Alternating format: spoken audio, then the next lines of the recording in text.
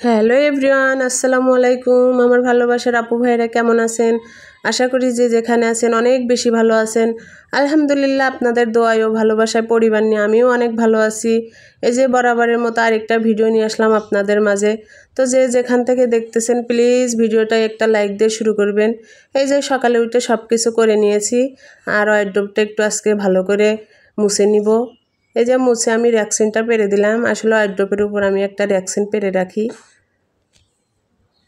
এই যে ঝুড়িটা জায়গা মতো রেখে দিলাম, ছোট্ট একটাও রেখে দিলাম, আর ঝুড়ির উপরে একটা পুতুল রেখে দিব।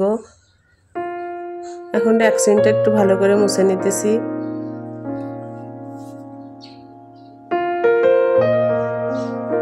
যে সুন্দর করে মুছে নিলাম। আর এই যে বিকেলে চলে আসলাম নাস্তা বানাতে। নাস্তা বলতে আজকে আমি তেলের পিঠা বানাবো। এই যে তার জন্য গোলাটা আগে গুলে নিয়েছিলাম, সেটা আর আপনাদের দেখাইনি।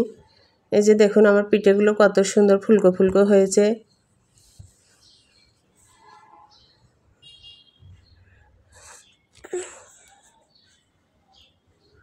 এই যে দেখুন কত সুন্দর ফুলেছে। যারা যারা দেখা শুরু করছেন প্লিজ আমার ভিডিওটা যদি একটু ভালো লাগে তাহলে আমার সাবস্ক্রাইব করে আমার সঙ্গেই থাকতে পারেন। আর যে আপু ভাইয়ারা করে দিয়েছে তাদেরকে জানাই অসংখ্য ধন্যবাদ।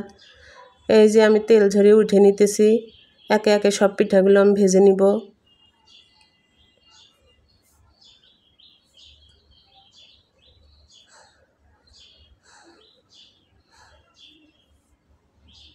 এই যে আমার পিঠাগুলো সব ভাজা হয়ে যেতেছে, তাই আপনাদের সাথে একটু শেয়ার করলাম। আসলে প্রতিদিন আমি যেগুলো করি সেগুলোই আপনাদের সাথে শেয়ার করি।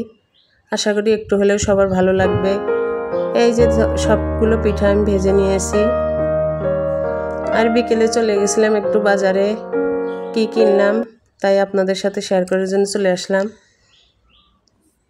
এই যে নিয়েছি একটা নারিকেলের পাপোশ, এটা আমি বাইরে পারবো।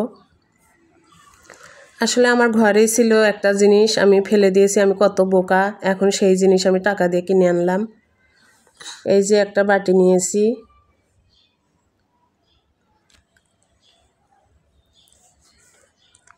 আর নিয়েছি কেক বানানোর জন্য একটা বাটি।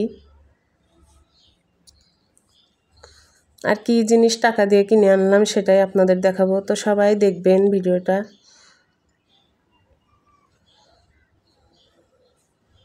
আসলে এই যে আমি মানি প্লান্ট গাছ আনছি, আসলে এই গাছটা দিয়ে ঘর সাজানো যাইতো, আগে আমি বুঝতাম না। আমার অনেক বড় হয়েছিল গাছটা, আমি ফেলে দিয়েছি আর এখন টাকা দিয়ে কিনে আনলাম।